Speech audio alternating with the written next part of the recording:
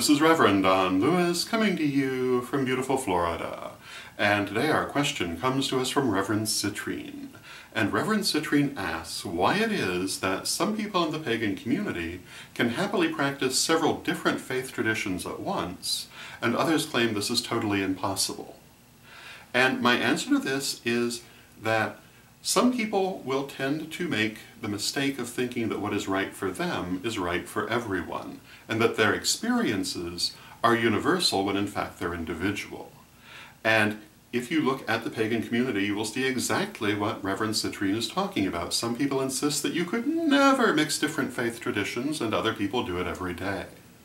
The one thing that must be said about this is that nothing makes you look more foolish than telling someone they cannot do what they in fact have already done. And people do mix faith traditions all the time with perfectly good results. So there can be no real question of it being impossible. There can be a question of whether it's desirable. And I would say that depends on the person. Some people require to work in a very focused way and can't really deal with the inherent differences you might encounter in working with several systems at once, and other people thrive on it. And I think it's perfectly appropriate for a particular tradition to have a desire for people to be very focused in their work and for others to be very open and eclectic. And if you happen to belong to a tradition that is more closed in its focus, well, you certainly should observe that. But as individuals, I think we need to acknowledge that different things work for different people in different ways. And our own personal experiences are not going to fit everyone else. I myself am very open and eclectic in my practice and have been throughout my life, but I don't make the mistake of thinking everyone can do that. And I'll tell you a little story that kind of illustrates this regarding spirit guides. My spirit guides tend to be very friendly, very humorous, and very light in their energy.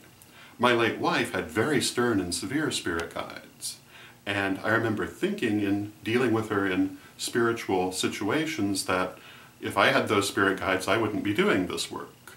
And I think that's exactly what it came down to. She required that particular energy to keep her on her path. Her guides needed to be severe for her to be able to maintain her focus. Mine not only didn't need to be severe, but actually would have done more harm than good by being so.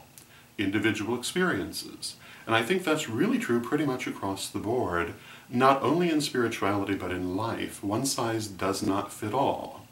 And there are going to be people who will say, oh no, that's impossible. But if you look around, you'll see it's very possible. And if you look at the results that people get, I think that you will see that people get good results from what are sometimes vastly different ways of approaching things. And in the end, you really want to go by what works.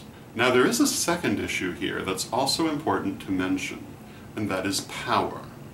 Sometimes when people tell you that it's impossible to work with multiple systems, or that no system but their own will ever work, or that no teacher but them can ever possibly teach you, it's just a power trip.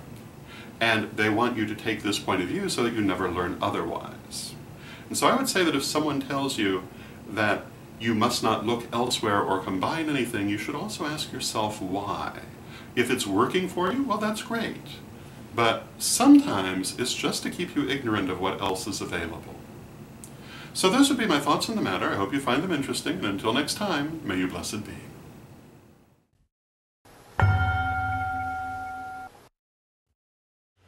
The Tarot of Hecate.